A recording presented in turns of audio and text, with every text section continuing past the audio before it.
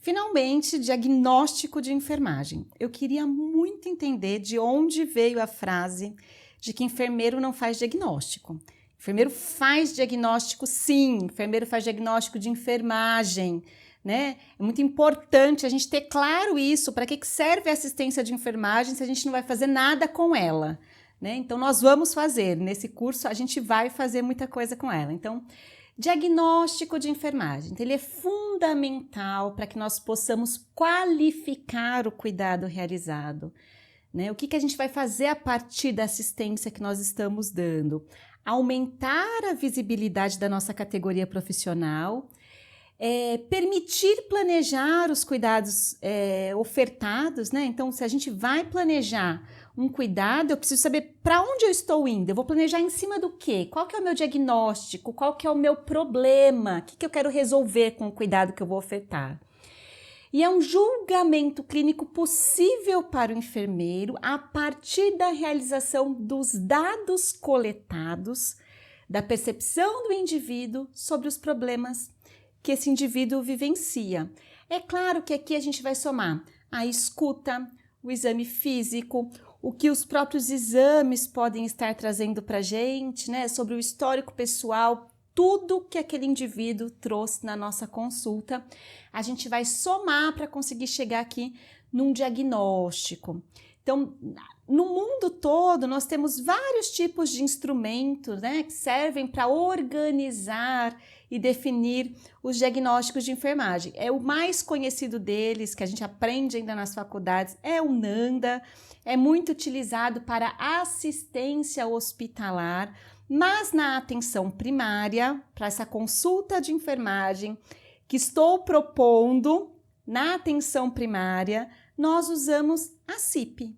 Né? Então, a CIP ela foi criada no final da década de 80, ela não é uma novidade, olha como é antiga, né? E ela busca padronizar mundialmente a linguagem de diagnósticos de enfermagem. Em 2009, né, aí já tem um pouco menos de tempo, ela foi incluída na família internacional de classificações da Organização Mundial de Saúde, a OMS, que é o nosso principal órgão regulamentador aí, e orientador, norteador dos processos de saúde. E o que faz a CIP, né? Então, a CIP, ela consiste em um sistema que relaciona, em termos utilizados na prática da enfermagem, 7 eixos. Então, qual que é o primeiro deles? Foco. Então, o que quer dizer isso? Exatamente aquilo que a palavra está falando. Então, dor, eliminação da expectativa de vida, conhecimento. Qual que é o nosso foco? O que a mulher está me trazendo? O foco da minha escuta é qual nesse momento? É a dor? O problema dela é a dor? É uma expectativa de vida ruim? É a falta do conhecimento que ela tem para manejar determinada patologia? Ou todo o conhecimento que ela já traz sobre uma determinada situação? Então, foco, né? Escolhe aquilo que é o problema no momento. A gente, na área da saúde, tem uma arrogância muito significativa em colocar o foco naquilo que é importante para nós e não no que é importante para o paciente. E quando eu falo isso, eu não estou falando que a gente pode ignorar questões importantes que estão ali na nossa frente, mas que o mais importante vai ser sempre aquilo que é problema para o nosso paciente, para aquela mulher, no caso, já que a gente está falando da consulta de climatério e menopausa. Julgamento, né? Então, nível decrescente, risco, melhorado, interrompido, presente, né? Então, ela tem uma dor em nível decrescente, ela tem uma dor que aumenta, ela tem um risco aumentado para queda, ela tem um risco devido à solidão, ela tem um quadro melhorado devido a quê? Então, o julgamento faz parte do diagnóstico, né? Então, foco, dor. Então, ela tem uma dor em que nível? Então, foco e julgamento, né? Já somamos duas coisas. Ela tem uma eliminação da expectativa de vida no foco. Ou ela tem um risco melhorado para a expectativa de vida, né? Ela passou por um processo aí de cuidado e ela teve o seu processo melhorado. Então, é importante a gente conseguir fazer essa avaliação. Avaliação e julgamento são coisas diferentes no sentido moral, tá? Que o julgamento que a gente fala não é no sentido moral.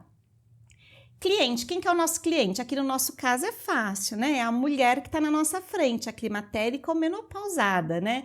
Mas poderia ser um recém-nascido, um cuidador, a família, a própria comunidade. Quem que a gente vai avaliar aqui na nossa consulta de enfermagem?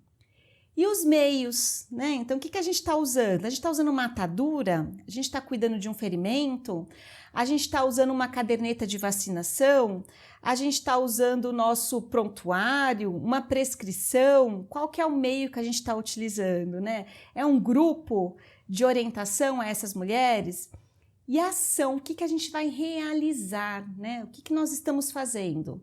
Nós vamos fazer um processo de educação em saúde, o que nós queremos mudar, nós vamos administrar algum cuidado, alguma medicação, nós vamos monitorar parâmetros, vamos monitorar uma mulher com a diabetes descompensada, vamos monitorar um processo hipertensivo que está descompensado, o que a gente vai fazer, né? Qual que é a ação? E o tempo, né? Por quanto tempo nós vamos administrar? Quando foi o nascimento?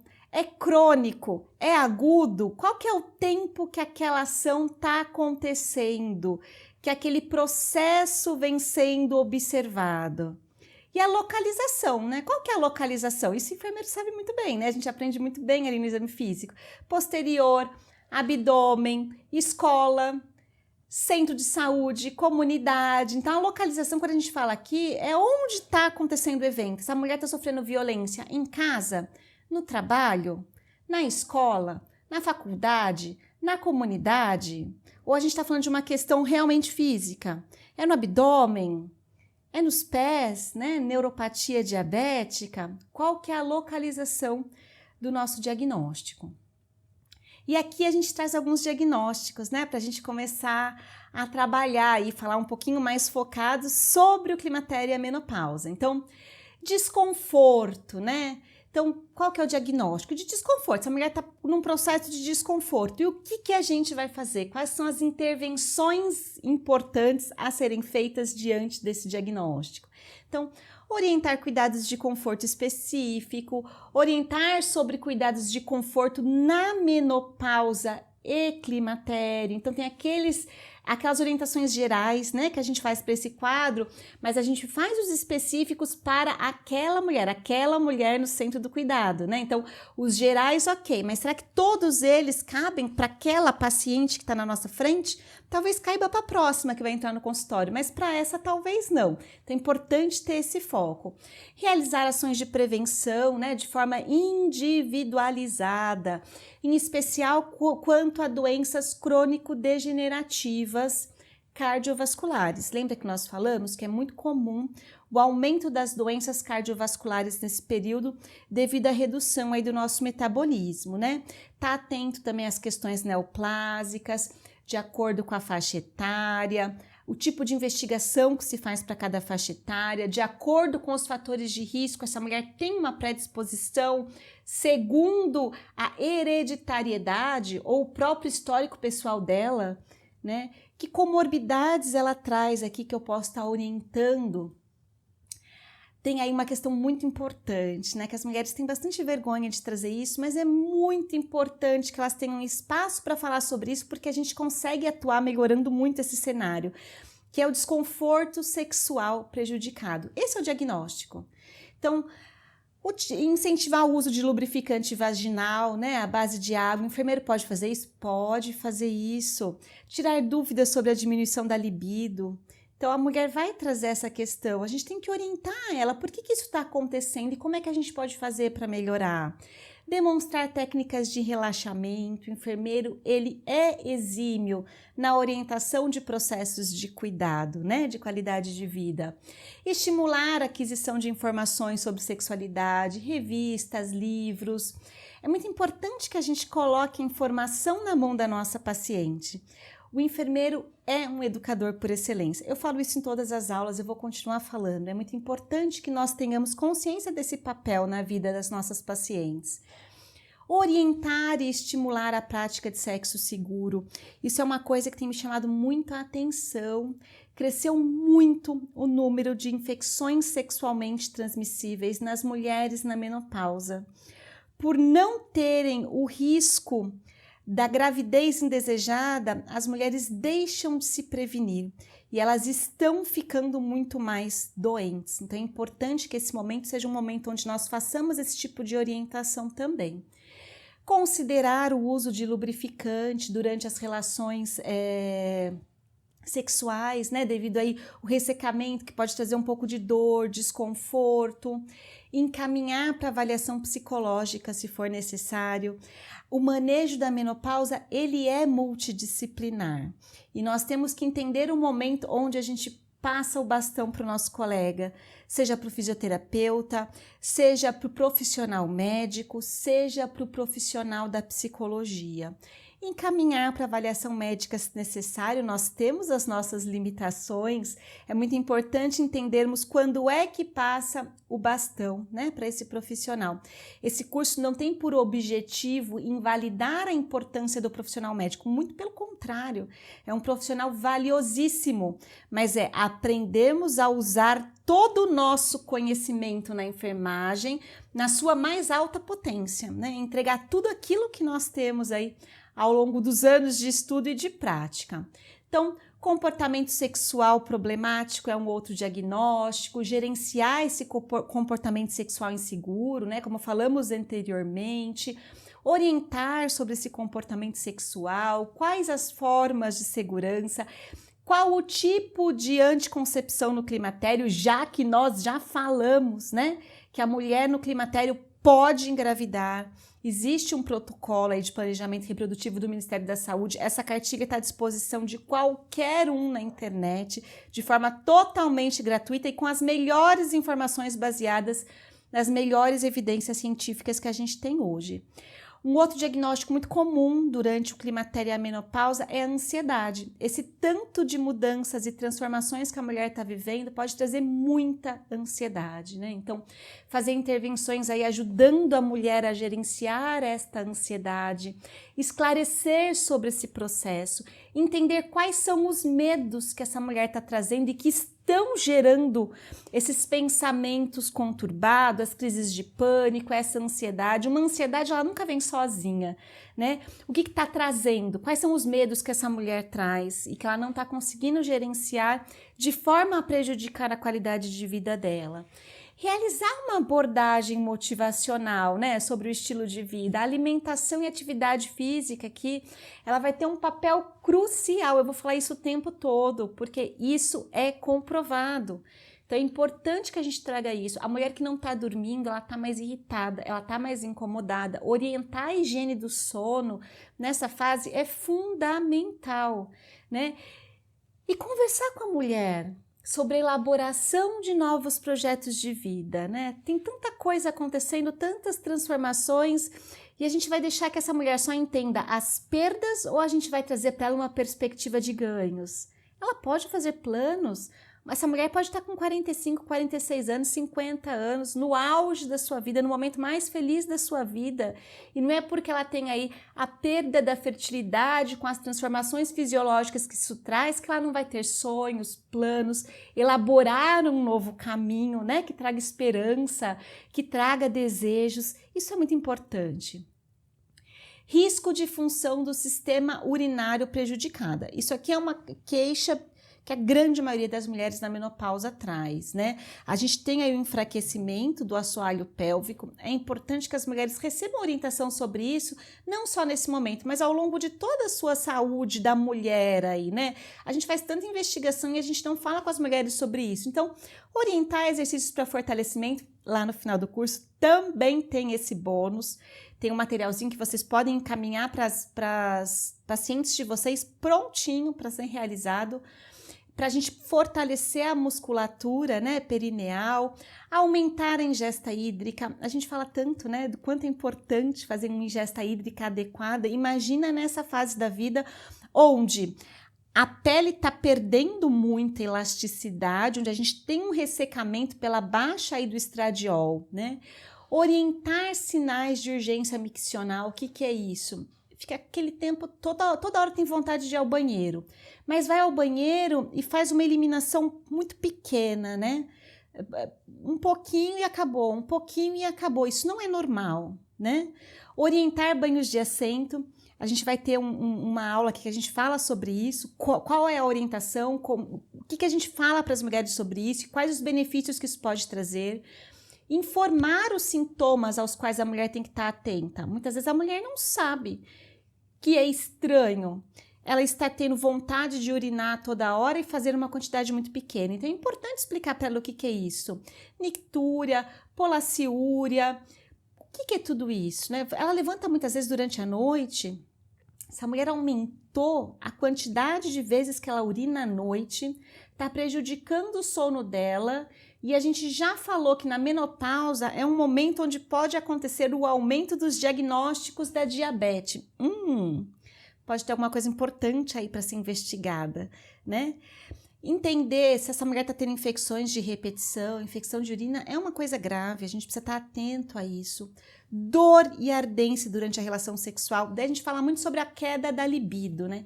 Quem é que vai ter libido se toda vez que tem uma relação sexual tem dor, tem sangramento, tem ardência? Não vai. Então é importante entender se a mulher está passando por isso para conseguir orientar métodos para a redução dos sintomas e a manutenção da qualidade de vida. Corrimento vaginal, que pode estar relacionado à atrofia vaginal. As mulheres não passam por esse processo de imediato na menopausa. Cerca de 3 a 4 anos depois aí da entrada na menopausa que a gente começa a observar a atrofia vaginal. Termorregulação, né? Virou até piada, alguns memes na internet, a gente vê o quanto uma mulher pode sofrer com isso. Só uma mulher que já passou por isso vai entender o que eu tô falando, né? Assim, aqueles calorões que sobem, e esses calorões, né, os fogachos, eles podem começar até 8 anos antes da mulher entrar na menopausa. Não é uma coisa desconhecida, mas nós ignoramos isso. Né? Isso pode ser um sintoma que já precise de um manejo. Se nós observarmos, né, ali naquele exame de rotina, quando a mulher vem para o exame preventivo de saúde da mulher, se ela está trazendo isso para a gente, por que ignorar? Tanta coisa pode ser feita e, de repente, essa mulher que a gente já está tratando aqui 8 anos antes vai entrar na menopausa com a mínima quantidade de sintomas, justamente porque nós demos a atenção necessária ao sintoma que ela já estava apresentando lá atrás. Né? Então, entender essa temperatura corporal, orientar o melhor manejo para isso, né? A mulher na menopausa, se ela colocar apenas aquele casaco muito quente, sem nada por baixo, ela vai passar muito mal. Né? Então é importante aí ofertar para ela o uso de fitoterápicos, que alimentos que vão ajudar nesse momento, que tipo de fitoterápicos podem ser manipulados. O enfermeiro faz isso, Juliana? Faz, pode fazer sim. É só ele ter a formação bonitinha para isso, conhecimento suficiente, o manual de climatério e menopausa do Ministério da Saúde nos dá todo o caminho para isso, né? Com perfeição. Incentivar, né, aumento da ingesta hídrica, beber água toda vez que sente que esses fogachos estão chegando, procurar estar em lugares mais ventilados durante o repouso, né? Acontece esses fogachos numa incidência muito grande no período noturno, o que também ajuda a atrapalhar o sono da mulher, né? E a questão das roupas em camadas que eu já falei. Então, ter sempre a possibilidade de tirar, né, a blusa de cima, ficar mais fresquinha naquele momento em que sente que a onda de calor aí está chegando. Explicar, né, sobre os benefícios de não ser tabagista. Né? Esses fogachos, eles aumentam a sua incidência enormemente em mulheres que fazem uso de cigarro. Isso está comprovado. Né? Estimular que não se faça o uso exagerado do álcool e da cafeína. Eu tenho muitas pacientes que falam sobre isso, né? Que aquela taça de vinho no período da noite é a porta de entrada para uma noite terrível. Ela não deixou de tomar o vinho dela, mas ela passou a tomar essa taça talvez no horário do almoço, ali às 4 ou às 5 da tarde num happy hour, né? E daí no período da noite ela conseguiu manter uma noite de sono mais adequada, porque ela está diminuindo aquela substância que aumenta os índices dos fogachos. Então, entender esse histórico, né? Escutar, fazer as perguntas pertinentes para isso. Orientar essa mulher, estimular a perda de peso, caso essa perda de peso esteja aumentada, não esteja adequada. Passar os exercícios de respiração, né? Conseguir controlar a respiração traz um benefício muito interessante para a nossa qualidade de vida. Seja para monitorar a ansiedade, seja para reduzir quadros de pânico, seja para diminuir aí o desconforto durante os fogachos, né? Trabalhar a respiração é muito importante. Se você observa que esses sintomas todos eles estão muito aumentados e que entende que precisa fazer o encaminhamento para o profissional médico, faça este encaminhamento. E muito legal informar dos benefícios dos fitoterápicos. A gente tem aí um resultado incrível com o uso dos fitoterápicos. A autoimagem negativa, né? Ou a baixa autoestima.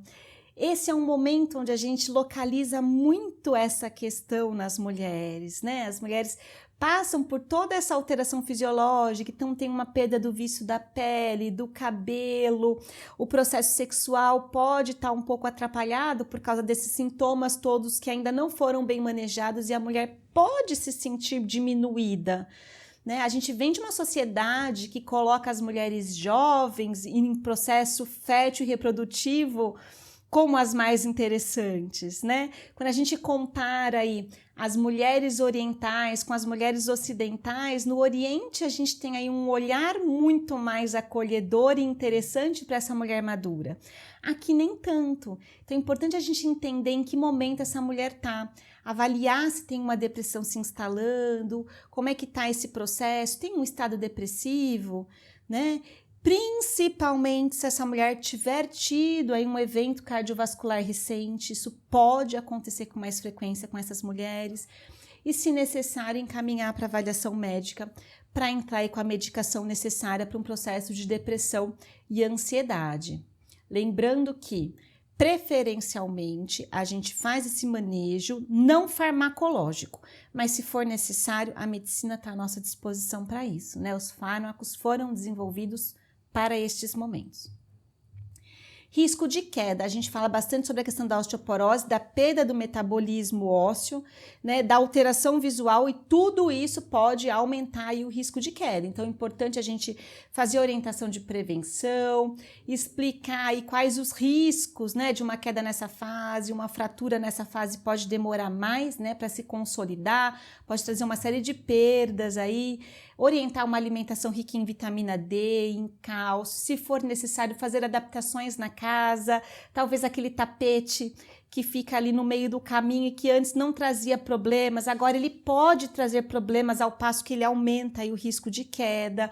Orientar a atividade física para fortalecer essa massa muscular e a massa óssea também, né? Estimular os banhos de sol é fundamental, diminuir o consumo de álcool e cafeína e cessar o tabagismo é muito importante, a gente já falou nisso, vai continuar falando o tempo todo.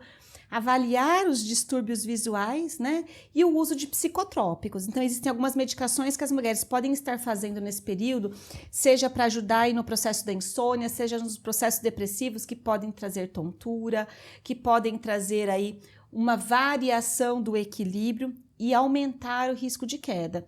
Em caso de utilização dessas medicações, é muito importante fazer a orientação correta. Então, essa mulher não vai levantar à noite para ir no banheiro no escuro, né? Aquela mulher que antes conseguia ir no escuro, no banheiro, sem nenhum tipo de transtorno, agora pode estar em risco maior. Então, ter uma luz, né, ali do lado da cama que ela possa acessar caso ela precise levantar, não ter tapetes ou objetos no caminho, tudo isso é muito importante. E a insônia, né? No meio desse caos todo, desses sintomas, essa mulher está dormindo mal. Então, é importante a gente observar, né?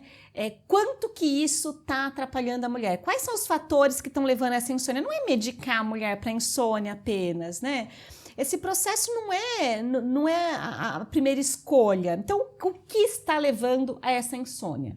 Ela levanta muitas vezes para ir ao banheiro? Estamos aí com um problema geniturinário. O que a gente precisa investigar nesse quadro? A gente vai dar medicação para o sono ou a gente vai solucionar o gênito urinário? né? Ela está tendo muitos fogachos, o que, que a gente está trazendo para aliviar esse desconforto dela? Ela está fazendo uso de álcool à noite? Ela é fumante? Ela está usando roupas muito quentes? Ela dorme num lugar com uma ventilação ruim? Ela está indo muitas vezes ao banheiro? A gente já investigou as razões para isso, a ingesta hídrica está adequada nos horários corretos, né? Ela faz atividade física, todo mundo sabe que a atividade física favorece muito uma noite de sono adequada, né? Que tipo de refeição ela está fazendo à noite? Uma refeição muito pesada, o metabolismo dela está mais lento.